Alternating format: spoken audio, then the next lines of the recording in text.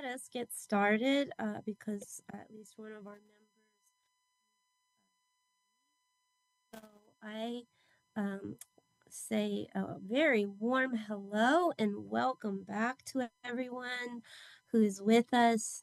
I'm excited that we're getting started again. We had a break, I believe, for 2 months over the summer. I hope everybody had a very blessed and safe and wonderful summer. I had an eventful summer. I was in Europe for history conferences for most of June, so that was interesting. But I'm glad we are all back together. So I will ask Ms. Carlin to call roll. Hi, everyone. Chairperson Villa Gomez. Present. Mr. Robert Dura. Here. Mr. Fanay requested an excused absence. Mr. Fulton. Ms. Kimberly McNeil. Present. Okay, Ms. Sheila Williams. Ms. Camille Rodney. Here. And Ms. Shanice Witters.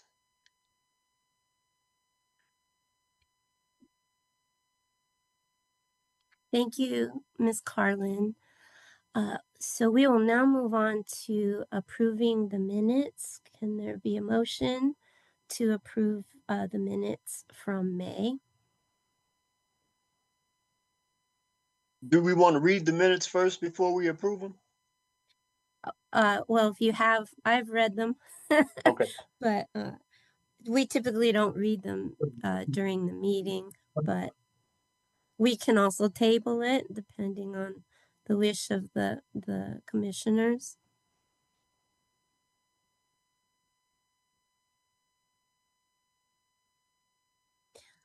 Right. Well, if we don't want to, if no one wants to make a move to approve the minutes, we can move on and table that for next time. With No, the so hope. move. Oh, did you? Okay. Yeah, so move. All right. Need a second. We need a second. Thank you. Ms. Carlin, could you take the vote, please? I'm sorry, who seconded? Camille Roddy.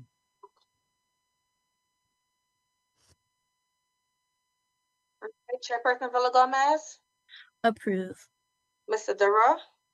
Approve. Ms. McNeil.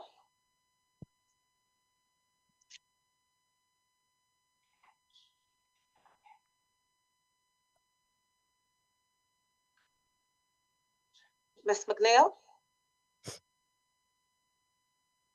Approved. Okay, Ms. Williams.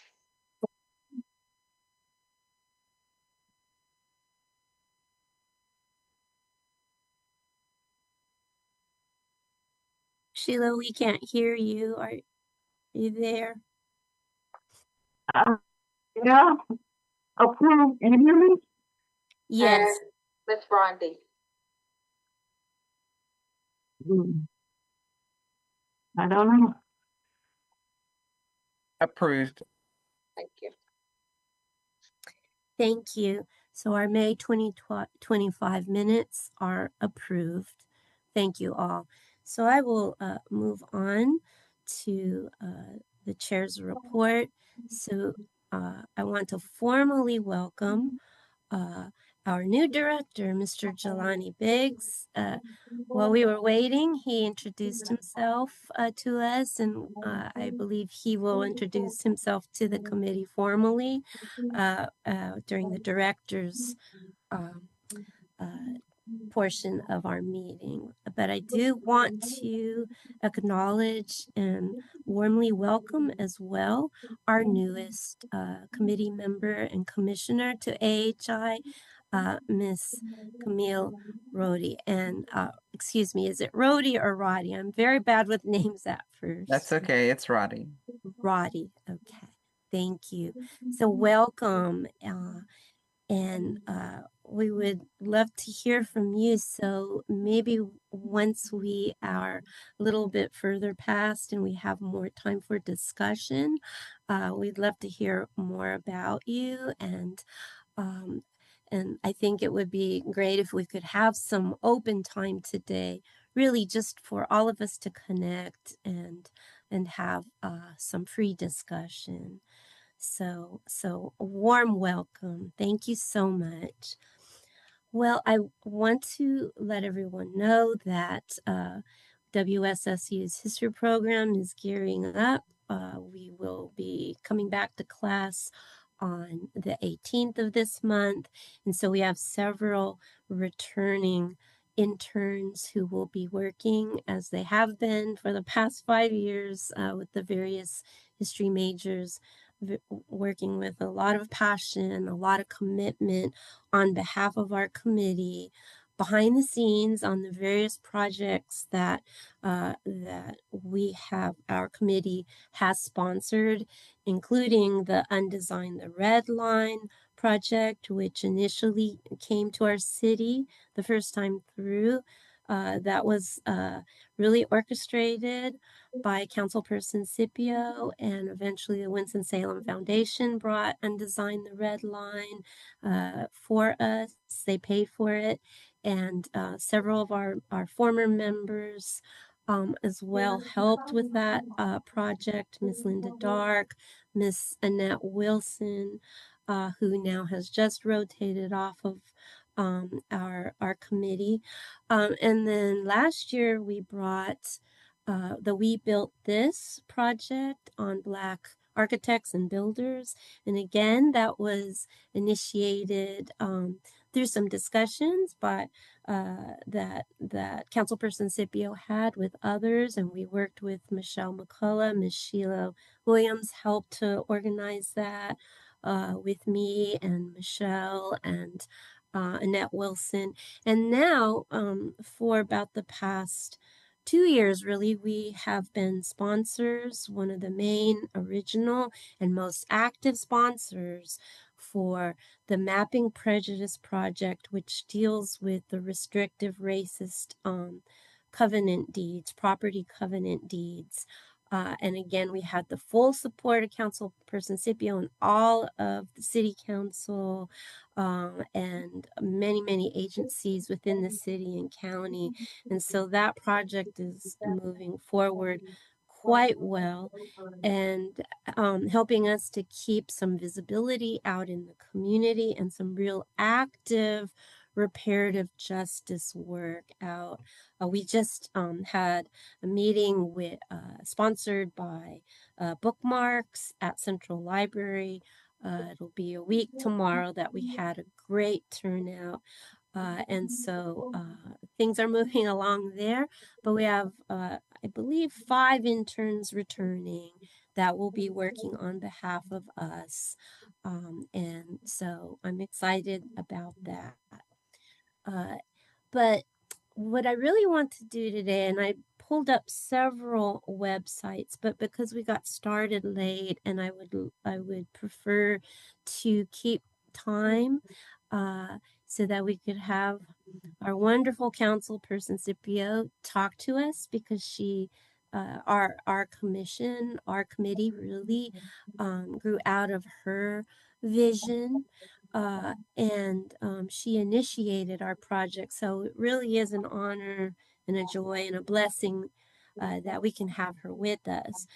After the meeting, I will actually share several web pages in an email to the whole committee so that everyone can familiarize themselves with these official pages. 4 of them are from the city and 1 is with Digital NC. So what I would just sort of in a nutshell say is that when you can go to those websites on your own, you will see that our committee, our commission was established by a resolution passed in 2019. Soon after that, City Council passed an ordinance, which is the reparations ordinance, that includes an apology for slavery, racism, Jim Crow, and all the racist oppression that our Black community, our elders, our ancestors faced here. So it's an apology for that, but it's also an acknowledgement of the great contributions and the unique identity and all of the blessings that our Black community has conveyed on this city, really going back to colonial times. And there is a clause in that ordinance, and you'll be able to pull that ordinance up, but that clause stipulates that this committee can also be assigned various tasks, various projects beyond our main mission or original mission, which is, of course, to represent our Black community, to create bridges, to celebrate and celebrate our community, educate our wider community, and then more specifically to collect oral histories on many different topics, including neighborhoods, churches, education, civic groups, etc. We have 9 different collection areas, and each commissioner is actually in charge of one of those subcategories. And so we really have been first and foremost commissioned to go out in the community and encourage people, particularly our elders, to share their oral histories, which we will record, and also any letters, any pictures, any kind of written or photographic media that would be appropriate, that would help for us to really create an archive, a real record of our city. And I will just say as well that we have our own page at Digital NC. And this is very important because as the city, in partnership with Winston-Salem State as its historical heritage partner and sponsor, we have our own page for our collections, which will never, ever, ever go away. Unlike real physical collections, which are very, very important, and many are being digitized even here locally. Our collection, whatever goes into it, will never go away, and it's accessible to everyone all over the world for research and for really preserving our heritage. And so these are some things to think about, but more and more heritage projects, even sponsored by cities and states, have come up since we were established. But I think it's important that we set a precedent, and other people used us as a model and were inspired by what we're doing. And as Councilperson Scipio has reminded us so frequently over the past 6 years and 5 years since some of us came on board, we're not in competition, and we really encourage and affirm and support all of the other projects that relate to both here locally and then regionally in our state, and of course nationally. All projects that celebrate Black history and Black heritage.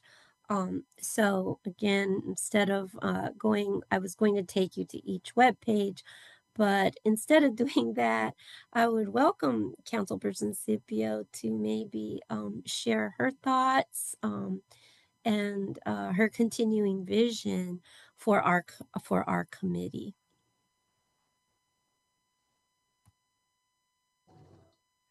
Thank you, Dr. Villa-Gomez. Let me just, hold on, let me get positioned better. I'm not looking like myself. Okay, here we go.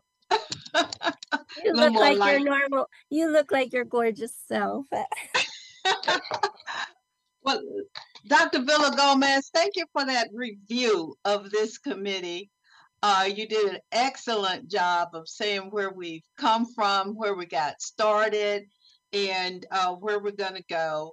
So one of the things that is so important is that we all cherish our history, whatever that history is. Everyone's history, everyone didn't make it on the national scene, but many people were the salt of the earth here in our city, and we want to capture all of that. There are no big eyes and little eyes when it comes to history. We all played a valuable part, whether a person was a janitor, whether they were a teacher, a lawyer, doctor, um, or just a homemaker in the neighborhood.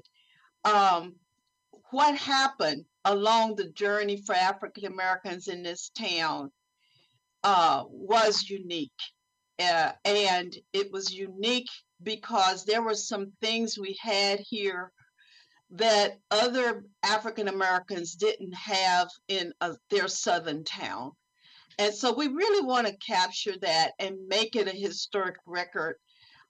It is so vitally important because we have movements that are going on to displace history, to rewrite history, to refute history, to actually say things didn't exist. And so it's going to be up to us to really make sure this history is captured. This group, the African American Heritage Initiative, regrettably has had some slow starts over the last, and you said 6 years. It's hard to imagine it's been that long. But we first encountered COVID that sort of shut down our progress.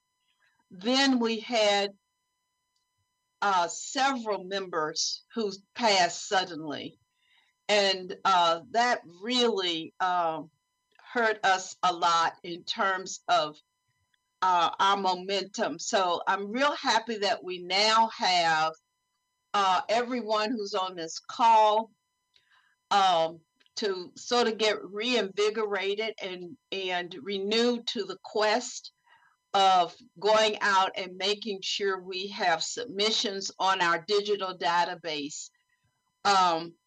We initially, it took a while to put things in place, and we're so happy we had a lot of people who were part of putting it in place and actually saying we're going to make a digital collection.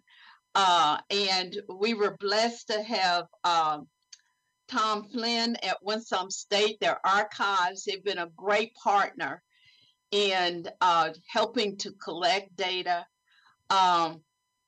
And we had our own Tom Karashki and our City of Winston-Salem Technology Department, who really helped form and shape the submission forms and the database. And we had our marketing department also to help us put together what they felt was really good. So now that I hope we have a little more stability on the council, that we can now push forward and in figuring out how to best function as a commission.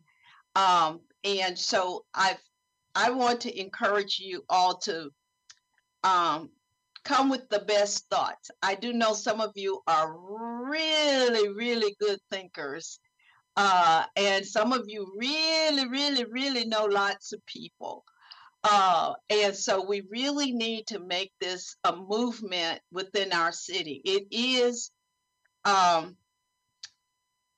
part of the city of Winston-Salem. But what we are learning is that there were significant things going on in the county as well. And some of those areas have now become part of our city. There's Bethania there's some significant history there. Though we will focus initially on the city limits as they currently are, there are some things going on in Rural Hall that we can somehow incorporate margin, because they came to the city to participate in the amenities that the city offered. There were things that were going on in Kernersville, but we're not trying to document those as much as we're trying to focus on the city. But if somebody happens to mention it, we'd still want to collect it. The cool thing is that this database goes to Digital North Carolina, which is focused on documenting our state. And they have within the state government, at least they used to, have to check and make sure they have the African American division of history there. So there are a lot of things we're going to connect to. And so I am looking forward to supporting you in any way that I can. And Dr. Villa-Gomez, thank you so much for the leadership that you have given us. And I am, once we get to our new director, I will tell you that I chatted with him about perhaps one of the first things this commission needs to do right now is to actually everybody get an orientation, because there's so many new people. We really don't have that background of information that has been passed down. So I think you probably need an orientation for all of the members so everybody can get to the same place. Yeah. And decide the best way to move forward as a group. So I just want to plant that seed with you in terms of how we might want to take some time to work through the best way that this new group can work together and get some goals for this year and move forward with the initiative. I really thank all of you for agreeing to serve. It is a monthly meeting, although we want you to have your tentacles constantly in the community. And I know everywhere you go, you're touching someone. Everywhere you go, if you know someone whose picture is not in our digital library, if your picture and your family story is not in the digital library, you need to get it there.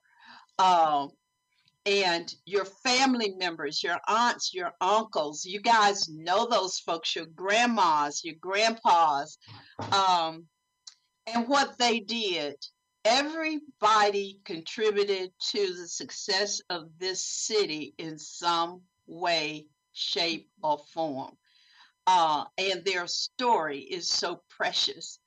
And we need to capture those stories, because once the people go and once we pass on, who's going to be the keeper of the stories?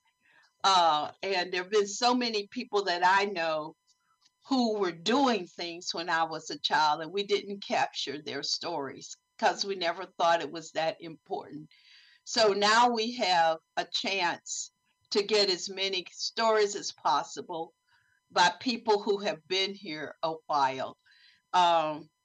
People are getting older, and we want to get our past, but we also want to capture what's going on today, because today is the history of tomorrow.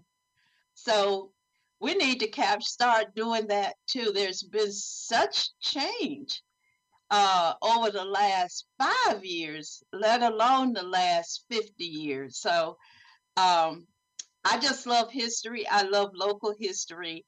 And I'm excited about us documenting it with the help of many, many people. We really need to get lots of other people involved and have them feel comfortable about sharing their stories. So that's all I'm going to say for now, Dr. Villa-Gomez. Thank you for allowing me to have a moment. Thank you so much, Councilperson Scipio. Again, if it weren't for your commitment and your vision and your courage and really planting the seed and getting really the support from City Council, we wouldn't be here. And so you inspire me all the time, and I'm sure everybody here was inspired.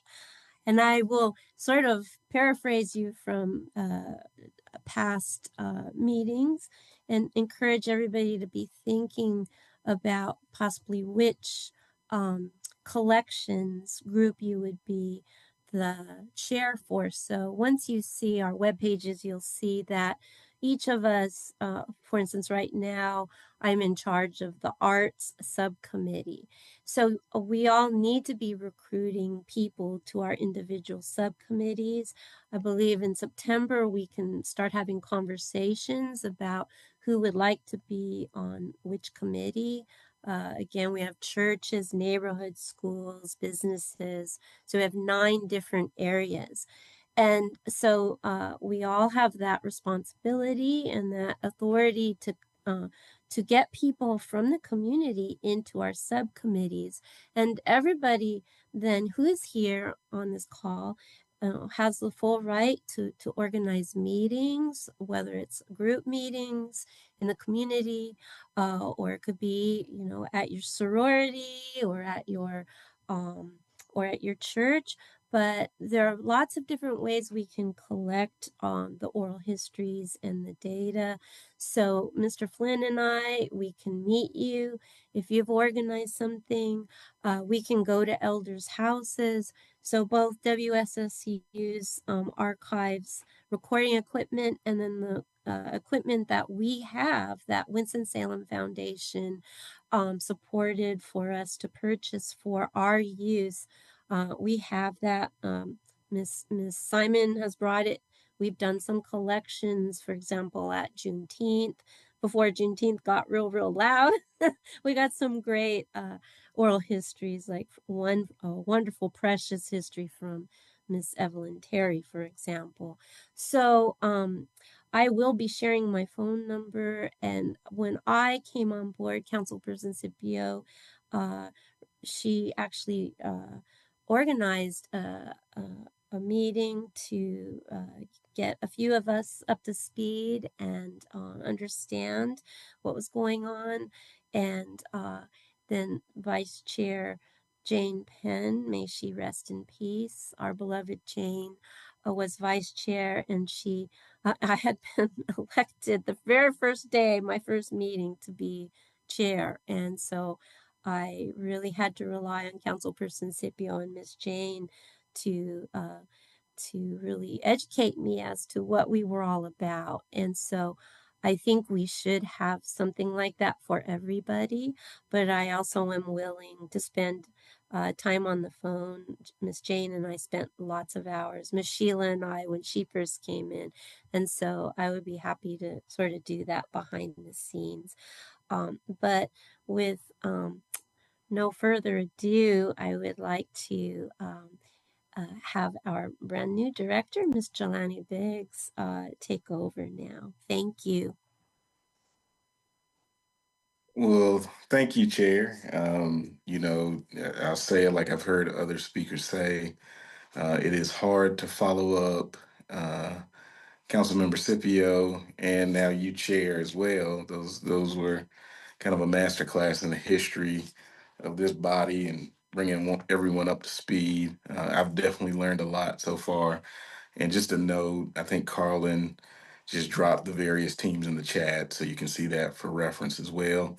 I'll be brief before I turn it over to staff to see if they have any updates to give you. My name's Jelani Biggs. My first day in the office was Monday. So as you can imagine, I'm still getting stuff on the wall. And as Councilmember Scipio let me know, I need to make this office look like my own. So I'm going to do that. But a little bit about myself. I actually worked for the city of Winston-Salem years ago. I was in this department as a fair housing investigator in 2014 to 2019. And I had the good fortune of being hired as the human relations manager for the city of High Point.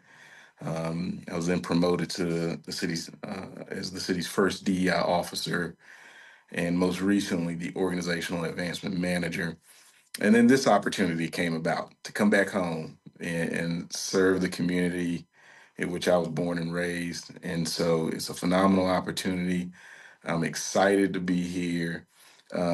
It's always good when you can come back and a really talented team has been keeping things going and making everything look good. It makes it much easier for me when I come in the door. So I'm excited to be here.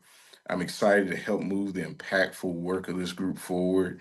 As many of you mentioned earlier, this is meant to reinvigorate the group and really get us going in a consistent direction. And I think we're going to do just that. So thank you, staff. If you've got any updates to share, I'd turn it over to you.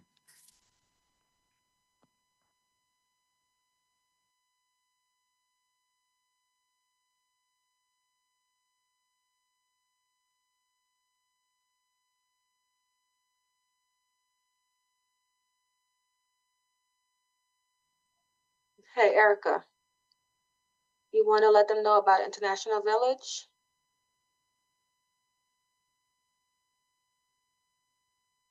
We can't hear you.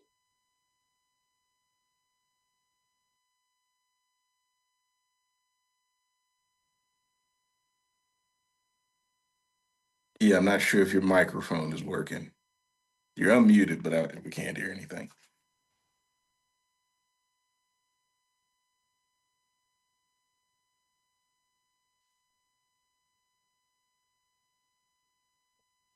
Until Erica gets worked out, Carlin, do you have those dates for any upcoming events that you want to share?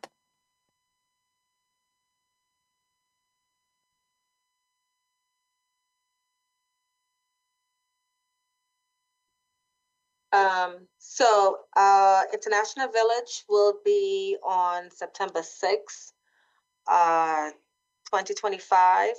And this time it's going to be at the Winston-Salem Square Park. And Erica should have more details about it as soon as she get her microphone going.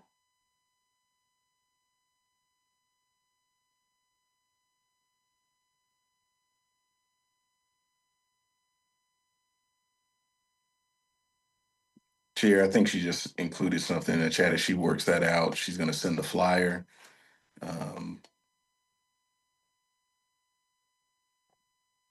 So I'll turn it back over to you. Thanks. Thank you, Mr. Biggs. Well, one other thing on my heart, and then we'll use the rest of the time for open discussion. So I'll be frank, I'm a church girl, and this project, this commission has been so close to my heart. I've kept it constantly in my prayers, and as we've taken the break over the summer, I've been praying. And one thing that I would like to share with you is that, you know, we can essentially be missionaries for our project wherever we go. There's a lovely woman at the Harris Theater that I go to, and she and I always connect. And so I felt really led last week to tell her about our project. I met a young, brilliant African-American man who actually is here with a particular organization, but he's working on his doctorate in African-American history. I told him last week about our project, and I said, well, if you're going to live here long term, you might you might think about joining our commission. And then just the other day, I was coming out of Trader Joe's, and this beautiful woman, young enough to be my daughter, but I'm almost 64, so in her 40s, she smiled at me and said hello. I put my groceries in my car, and I felt led to go back. I caught her just as she was coming out. And she actually had done a lot of work with Happy Hill. She's a Berkeley graduate as well as a WSSU graduate. So she had on her own, was really truly an answer to prayer. She had been documenting some of the elders' oral histories. And so she's very interested. And so try to just, wherever you go, but also for everybody in this committee who has grown up here, your history is precious, and that's something that really came to Miss Annette Wilson, who I do want to publicly thank for her incredible service and dedication over 6 years to AHI. She formally received her thank you letter recently from the city for her service. And so, she has been also saying, whatever you can do, use your connections. It's great that we always sponsor a big project that's kind of our anchor project and allows us to go out and connect with other similar groups and be out in the community. But we really want to have some of our own standalone kinds of meetings. If it's 3 people or 100 people, that would be great. And so the more we can spread the word, the better. But that is what I wanted to share because that really prayerfully came from my heart. But we have about 10 minutes. So I know that we wanted Miss Camille to introduce herself. So we welcome you. And Miss Camille, anything you would like to share, any questions you have for us, we have a few minutes. Well, good afternoon, everyone. It's good to see you. There's some names and faces that I'm quite familiar with. Obviously, Miss Scipio, we go back a long way. I'm feeling old. This committee actually grew out of what was the former, I think, Society for the Study of African American History. And when I began my career with the city, I remember working with Dr. William Rice, who was then over the history department at Winston-Salem State, and Ms. Cotwell, who was the secretary for the society, but she was also the secretary at Carver, and she took those administrative skills and documented all of the work for the society and kept us on task. And I also worked with Simona Allen, who created Delta Art Center, and have a history with that organization. My career actually began as the assistant director at Historic Ruth Arbor Park.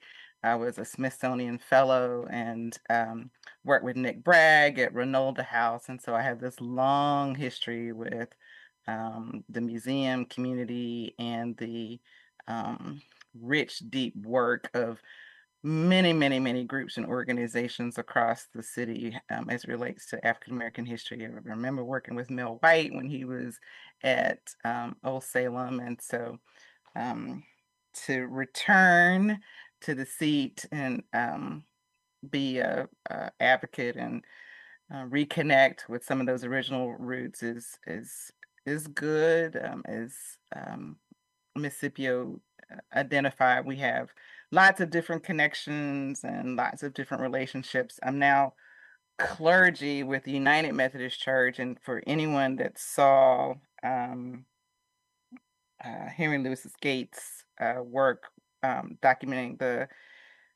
history of gospel and the church, a lot of those photographs and a lot of that history, especially the video and particularly the photographs, came from the vault of the United Methodist Church. And so there's that connection that we have, and certainly Will, and I think you talked about being a church girl. So our churches are a basis and really depth and wealth of information of names, addresses, telephone numbers.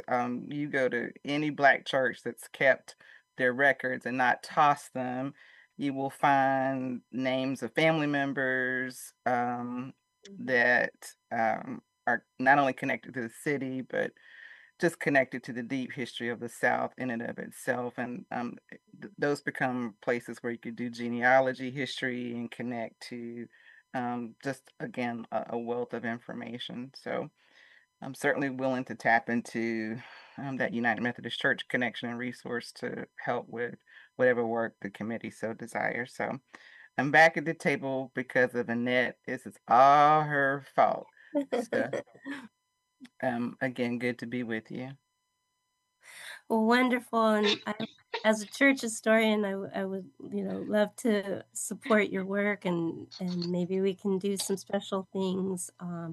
I know, of course, Winston-Salem State was founded by Dr. Simon Green Atkins, who was part of the AME Zion, and we know that the Methodist Church tended to be much more ecumenical, and I have a special love for the Methodist Church. My great-grandmother, who was Black, was a devout Methodist, and so I think the Methodists have done so much going back to the colonial period.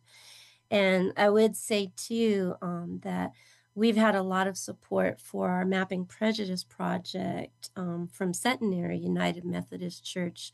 We've had a lot of people from the community, from all backgrounds, really support Mapping Prejudice. I think they've come on board with 2 meetings now, and so I do think that churches are a great place for us to connect, and they're safe spaces. So I'm so happy that you're with us. Anyone want to share any questions, suggestions before we bring our meeting to a close? Ms. Kimberly, did you have a good summer?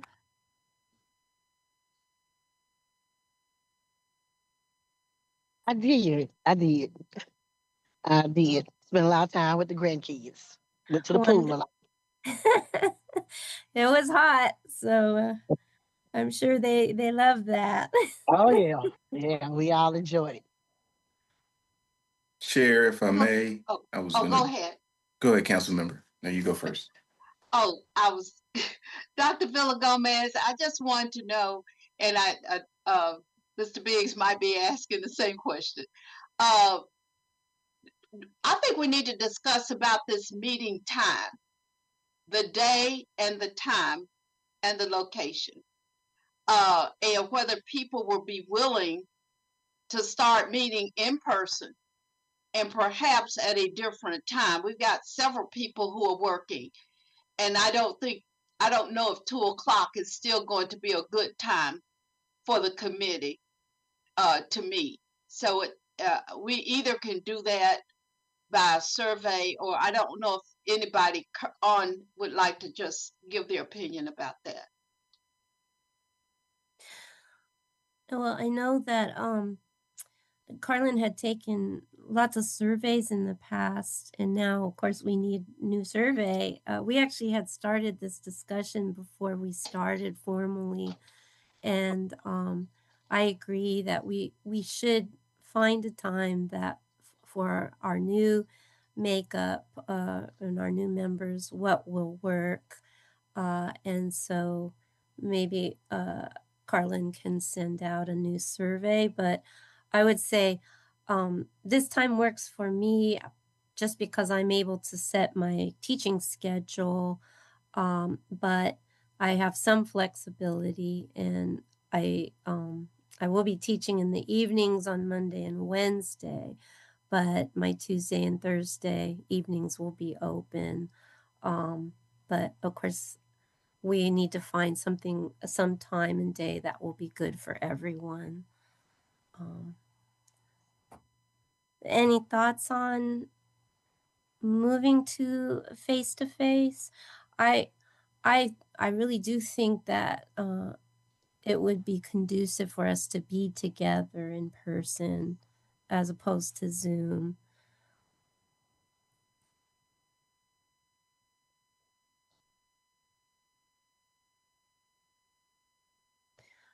Are there preferences,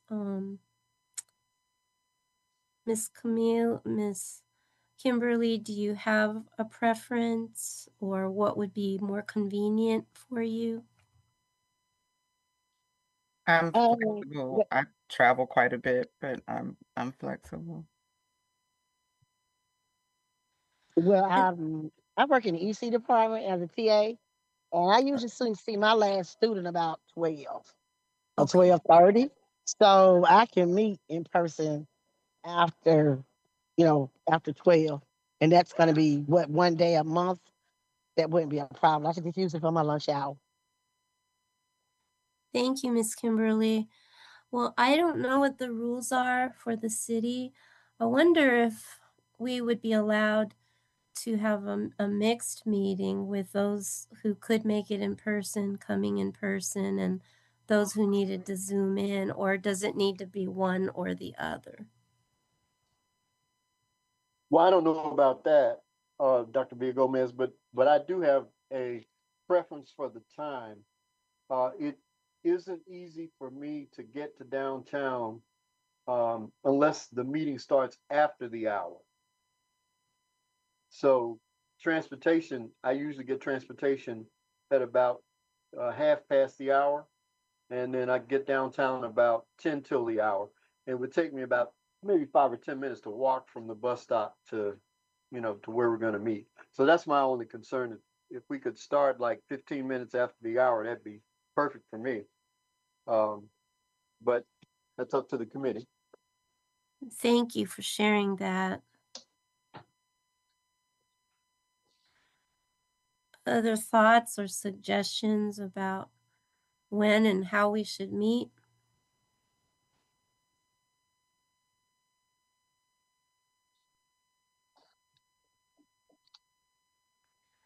Well, we have a lot of food for thought. I do promise that I will send out an email before 5 today with my phone number so that all new committee members and Mr. Biggs as well can text or call me.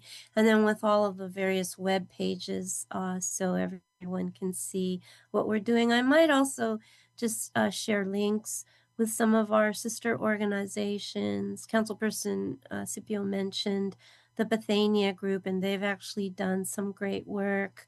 They're moving forward. They have several oral histories collected.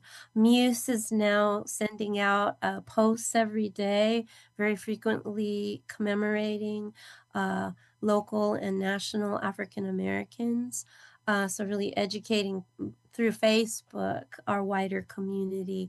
So and Triad Cultural Arts has done some amazing work with the shotgun houses, and we do want to support all of our sister groups and organizations.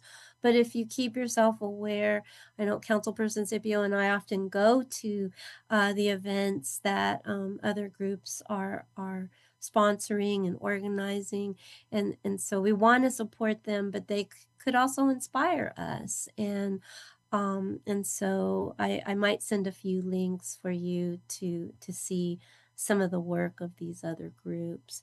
But if there are no other suggestions or questions, I will say that we should remember to mark our calendars for our September meeting. Right now, at least, it would be scheduled for Wednesday, September 3rd at 2 p.m. unless we decide and we are able to move that time and date. So any last comments, suggestions, or questions before we close out our meeting? Chair, I was only going to make a couple notes as we close out.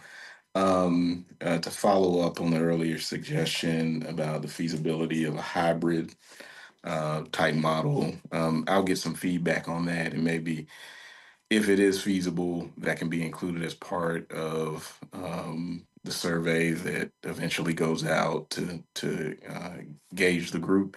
As precedent in other organizations, not to say that that's true here, I have seen where there may be an allowance of participation but not voting for folks that remote in. But we'll just, I'll get an answer to that so we can include it as a potential option. Another thing, just to follow up on an earlier statement that Councilmember Scipio made about the need for potential orientation. That's also something that I would want to follow up with the group on, because I do think with new members, that is something that could be helpful. So timing, structure, and what that would look like is some details that I will follow up on. Thank you, Mr. Biggs. And that triggered my memory for one other thing that I wanted to note. We will need to eventually update our web pages. So we have one page dedicated to all the committee members, but it's mainly the original committee members, with a few of us like Mr. Dura and myself who replaced original members.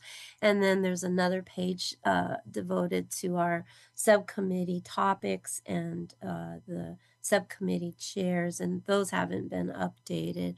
So hopefully in the next few months, as we move forward, we need to elect a new vice chair, and then we need to have all of our new committee members select whichever subcommittee they would be most interested in leading. And then it would be good if we could update those pages, and we probably would have to update, of course, our time as well, because it's still listed for Wednesdays at 2 p.m. So maybe we can keep those issues together and think together on that, because we want to present ourselves to the committee in a way that reflects who we are now. Could someone explain the different teams and or is there somewhere I can go to read information? There's a whole web page that the city has set up. So I will make sure that I share that link with you. I'll find it. It's okay. I just wanted to. Yeah, I promised that I would share in an email all of our links, as well as the digital NC link. All right. Well, thank you so much, everyone, for staying on past the hour. Take good care.